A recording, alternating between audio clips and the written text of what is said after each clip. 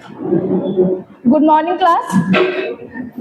आज का जो हमारा टॉपिक है वो है एजेंसीज ऑफ एजुकेशन या फिर फॉर्म्स ऑफ एजुकेशन, जिसे हिंदी में कहते हैं शिक्षा के अभिकरण। इससे पहले वाली वीडियो में हमने शिक्षा के बारे में जाना था। आज हम उसके आगे बढ़ेंगे और जानेंगे कि शिक्षा के अभिकरण कौन कौन से होते हैं या शिक्षा के रूप कौन कौन से होते हैं। तो बेसिकली ये 3 टाइप्स के होते हैं: formal education, informal education and non formal education.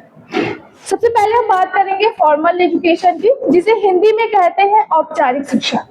ठीक है, तो औपचारिक शिक्षा वह होती है जो विद्यालय, महाविद्यालय और विश्वविद्यालयों में दी जाती है, जैसे कि अभी आप सभी लोग बैठे हैं।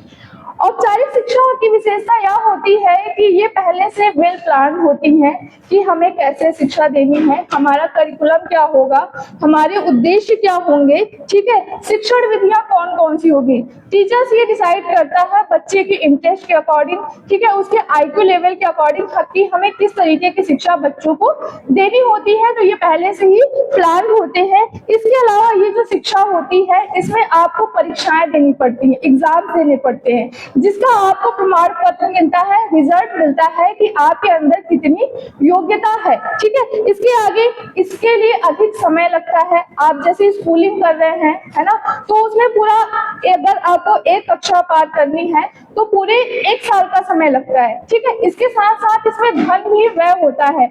आप पढ़ाई करते हैं तो फीस देनी पड़ती है। ठीक है, तो इसमें अधिक समय और अधिक धन भी लगता है। इसके अलावा ये जो होती है प्रक्रिया, ये अप्राकृतिक होती है, मतलब आर्टिफिशियल होती है, जिसमें आपको एनवायरनमेंट प्रदान किया जाता है कि आपका कॉलेज बनेगा, बिल्डिंग होगी, है ना, क्लासरूम्स होंगे, इसके अंदर सीटें होंगी, व्हाइट बोर्ड होगा, सारी चीजें अवेलेबल कराई जाती है। पहले से नेचुरल रूप में यहाँ पे कुछ भी नहीं होता। और ये जटिल होती है। जटिल क्यों होती है? क्योंकि ये जो प्रोसेस होता है ये बहुत कठिन होता है, आपको पढ़ना पड़ता है, मेहनत करनी पड़ती है, असाइनमेंट्स करने पड़ते हैं ना। तो ये प्रोसेस जो होता है ये काफी जटिल होता है और कठिन होता है। इसके अलावा ये जो शिक्षा होती है औपचारिक शिक्षा, ये व्यक्ति, समाज और राष्ट्र की आवश्यकताओं की पूर्ति के लिए दी जाती है। फॉर एग्जाम्पल, आपने पढ़ा होगा जो शिक्षा होती है वो क्या करती है, व्यक्ति का सर्वांगीण विकास करती है।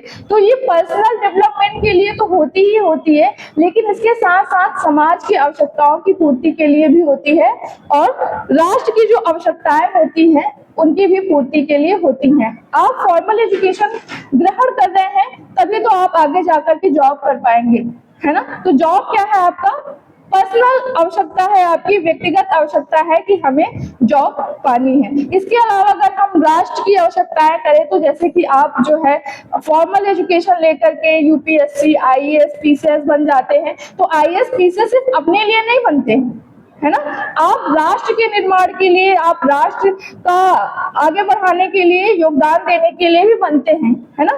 तो ये राष्ट्र की आवश्यकताओं की पूर्ति के साथ साथ व्यक्ति की अपनी पर्सनल, ठीक है, और सोशल दोनों तरीके की नीड्स को ये पूरा करता है। ठीक है, जो फॉर्मल एजुकेशन होती है ये हमें कहाँ कहाँ से मिलती है, विद्यालय, महाविद्यालय और विश्वविद्यालयों से तो मिलती ही मिलती है। इसके अलावा तकनीकी संस्थाएं मतलब जैसे ITI हो गया, IIT हो गया, जहां पर आपको टेक्निकल नॉलेज दिया जाता है। इसके अलावा व्यावसायिक संस्थाएं भी कुछ होती है जहां पर आपको व्यवसाय संबंधी चीजों को सिखाया जाता है, जहां पर आपकी स्किल डेवलप की जाती है। तो वहां पे भी समय होता है ना कि आप इतने समय से इतने समय तक आपको क्लासेस लेनी है। तो ये बहुत जटिल होती है, इसमें समय सारणी निर्धारित होती है, उद्देश्य निर्धारित होता है, एग्जाम कब कब होने हैं, कितनी फीस लेनी होती है। तो ये जो एजुकेशन होता है ना वेल प्लान्ड होता है, यहाँ पर आकस्मिक रूप से कुछ भी नहीं होता है। तो ऐसी शिक्षा क्या कहलाती है, हमारी औपचारिक शिक्षा या फॉर्मल एजुकेशन कहलाती है। क्लियर? ठीक है, अब हम आते हैं दूसरे फॉर्म्स की तरफ, जिसे हम कहते हैं इनफॉर्मल एजुकेशन या अनौपचारिक शिक्षा। ये जो शिक्षा होती है ये फॉर्मल एजुकेशन के जस्ट अपोजिट होती है। ठीक है, ये शिक्षा हमें कहाँ से मिलती है, परिवार से मिलती है, खेल समुदाय से मिलती है, पास पड़ोस से मिलती है। ठीक है, इसके लिए कोई भी उद्देश्य पहले से निर्धारित नहीं होते हैं, कोई भी टीचर्स पहले से डिसाइड नहीं होते। जैसे कि फॉर्मल एजुकेशन में ये डिसाइड होता है कि इंग्लिश वाले टीचर ही इंग्लिश पढ़ाएंगे, हिंदी वाले टीचर ही हिंदी पढ़ाएंगे, लेकिन यहाँ पे ऐसा कुछ नहीं होता है। ना तो शिक्षक पहले से निर्धारित होते हैं, ना ही कोई उद्देश्य निर्धारित होता है, ना ही कोई करिकुलम निर्धारित होता है। ये किसी भी समय पे आकस्मिक रूप से आपको शिक्षा प्रदान की जाती है। ठीक है, इसमें आप अनुभव के द्वारा सीखते हैं। ठीक है, इसके द्वारा सीखते हैं, एक्सपीरियंसेस के द्वारा सीखते हैं। यहाँ किसी भी स्थान विशेष की आवश्यकता नहीं होती है कि हम इनफॉर्मल एजुकेशन के लिए इस जगह पर जाएंगे तभी हमें शिक्षा प्राप्त होगी, ऐसा नहीं होता है। हम गली चलते भी शिक्षा प्राप्त कर सकते हैं, चाहे वो हम पोस्टर्स के द्वारा प्राप्त कर ले, ठीक है, चाहे हम रास्ते में लिखे किसी स्लोगन के द्वारा कोई चीज प्राप्त कर ले। ठीक है, तो ये एकदम इनफॉर्मल होती है। ये कैसी होती है? प्राकृतिक होती है। ये शिक्षा कैसी होती है? प्राकृतिक होती है। यहाँ पर किसी भी तरीके का हमें एनवायरनमेंट डेवलप नहीं करना होता है। ठीक है, जैसे फॉर एग्जांपल हम खेलने के लिए जा रहे हैं, ठीक है, तो हमारा कोई बड़ा है तो हमें कुछ बता रहा है, तो क्या पहले से वहां पे प्लान किया जाएगा कि वो बच्चा आ रहा है हम उसको अच्छी बात सिखाएंगे? ऐसा नहीं होता है ना, ये नेचुरल होता है। आप किसी भी कंडीशन में कुछ भी सीख सकते हैं। ठीक है, ये जो शिक्षा होती है ये जीवन पर्यंत चलती है और ये शिक्षा निःशुल्क होती है। आप जब से आप जन्म लेते हैं जानने वाले होते हैं, कुछ ना कुछ इनफॉर्मल तरीके से सीखते ही जाते हैं, क्योंकि कहा जाता है कि पहला विद्यालय क्या है? घर होता है ना। तो आप जीवन भर सीखते हैं, जन्म से लेकर के मृत्यु तक सीखते हैं, और इसे सीखने के लिए किसी भी प्रकार का कोई शुल्क या फीस नहीं जमा करनी होती है। ठीक है, इसके लिए कोई धन और समय विशेष की भी आवश्यकता नहीं होती है कि हमें इस टाइम टेबल के अकॉर्डिंग सीखने जाना है। ठीक है, तो स्थान विशेष की आवश्यकता नहीं होती है और धन की भी आवश्यकता नहीं होती है। इसके लिए कोई भी एग्जाम, ठीक है, क्वालिफाई करने की आवश्यकता नहीं होती और ना ही आपको कोई सर्टिफिकेट दिया जाता है। ठीक है, इसके कुछ एग्जाम्पल है, जैसे प्रेस के द्वारा आप क्या करते हैं? जानकारी हासिल करते हैं, शिक्षा प्राप्त करते हैं।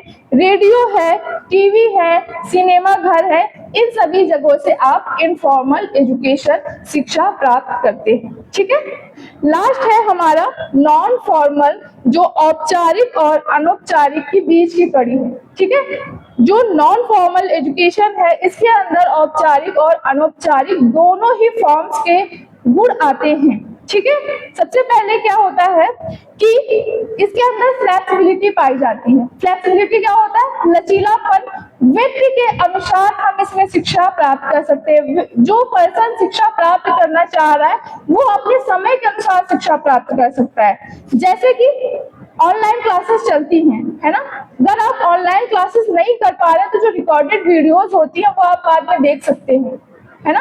इसमें कोई आयु सीमा नहीं होती है कि हम 25 साल तक की पढ़ाई कर सकते हैं, 25 साल के बाद पढ़ाई नहीं कर सकते। ये जो बेसिकली नॉन फॉर्मल एजुकेशन है इसकी आवश्यकता तब महसूस हुई कि जब लोग पढ़ना चाहते हैं और किसी कारणवश जो है उनकी पढ़ाई छूट जाती है। फॉर एग्जाम्पल, हम आगे पढ़ना चाह रहे हैं लेकिन हमारी जॉब लग गई और हम पढ़ना भी चाह रहे हैं, तो उसके लिए ये नॉन फॉर्मल एजुकेशन आया, जिसके अंतर्गत आपकी ओपन एजुकेशन, ठीक है, इग्नू का नाम सुना है? Indira Gandhi national open university, जो आप एक ओपन एजुकेशन लर्निंग सेंटर है जिसमें आपका करिकुलम होता है। ठीक है, आपके एम्स भी डिसाइड होते हैं, सारी चीजें होती हैं। ठीक है, एक स्थान विशेष भी होता है, लेकिन क्या होता है कि ये फ्लेक्सिबिलिटी पाई जाती है, पर्सन जाए या ना जाए, ठीक है, वो घर बैठे शिक्षा प्राप्त कर सकता है। ठीक है, एग्जाम भी वो घर बैठे दे सकता है, असाइनमेंट्स भी वो घर बैठे दे सकता है। तो इसमें क्या पाया जाता है? लचीलापन पाया जाता है, फ्लेक्सिबिलिटी पाई जाती है। नेक्स्ट है नियमित अनुपस्थिति अनिवार्य नहीं है। जैसे फॉर्मल एजुकेशन में उपस्थिति अनिवार्य होती है, वहां पर ऐसी उपस्थिति अनिवार्य नहीं होती है, आप बाद में भी चीजों को ज्वाइन कर सकते हैं। नेक्स्ट है विद्यालय से बाहर भी संभव है, ऑनलाइन तरीके से ये चीजें संभव है। ठीक है, नेक्स्ट है कम अवधि के पाठ्यक्रम होते हैं। ठीक है, जैसे कि आपका बीए है 3 साल का है, लेकिन जो ओपन यूनिवर्सिटीज होती हैं या फिर नॉन फॉर्मल एजुकेशन होते हैं ये शॉर्ट टर्म कोर्सेज भी कराते हैं। ठीक है। जैसे आपको अपनी नौकरी में प्रमोशन पाने के लिए कोई कोर्स करना है तो आप वहां से इसको ज्वाइन कर सकते हैं, और ये शॉर्ट टर्म के भी होते हैं और लॉन्ग टर्म के भी होते हैं, ठीक है। नेक्स्ट है स्वैच्छिक भागीदारी। इसमें किसी को प्रेशराइज नहीं किया जाता है कि आपको पार्टिसिपेशन करना ही करना है, ये व्यक्ति की इच्छा पर निर्भर करता है। आप चाहें तो आप उसमें पार्टिसिपेट करें, और अगर आपका मन नहीं है तो आप उसमें पार्टिसिपेट नहीं करें, ठीक है। किसी भी तरीके का दबाव नहीं होता है। नेक्स्ट है आयु बंधन नहीं है। मैंने पहले भी बताया किसी भी तरीके की कोई भी बंधन नहीं होता है कि जैसे हर चीज के लिए क्राइटेरिया होती है ना, एज लिमिट फिक्स होती है, लेकिन इसमें नहीं है। अगर आप 60 साल के भी हो गए हैं और आपको पढ़ने की इच्छा है तो आप अप्लाई कर सकते हैं और पढ़ सकते हैं। इसके कुछ एग्जाम्पल हैं, जैसे इग्नू मैं बता चुकी हूँ, Indira Gandhi national open universities, ठीक है। इसके बाद NSOU, इसे कहते हैं नेताजी सुभाष चंद्र बोस ओपन यूनिवर्सिटी, ठीक है। ये भी वैसे ओपन यूनिवर्सिटी सिर्फ नाम है, ठीक है। ये भी ऑनलाइन चीजें कराती है और डिस्टेंस लर्निंग करवाती है। इसके अलावा DDE डिस्टेंस लर्निंग का ही एक भाग है। डिस्टेंस लर्निंग होता है दूरस्थ शिक्षा, जहां पर हम दूर दराज में रहकर भी शिक्षा प्राप्त कर सकते हैं ऑनलाइन मोड में। इसके अलावा होता है प्रौढ़ शिक्षा। प्रौढ़ शिक्षा क्या होती है? Adult education. एडल्ट एजुकेशन क्या है? एडल्ट एजुकेशन वो होता है कि जो लोग वयस्क या 25 साल से ऊपर के हो जाते हैं, ठीक है, उसके बाद भी वो शिक्षा प्राप्त करना चाहते हैं तो उनके लिए प्रौढ़ शिक्षा की व्यवस्था की गई है, जो भी नॉन फॉर्मल एजुकेशन में आती है, जिसके लिए कोई भी स्थान विशेष की आवश्यकता नहीं, आयु बंधन नहीं है, ठीक है।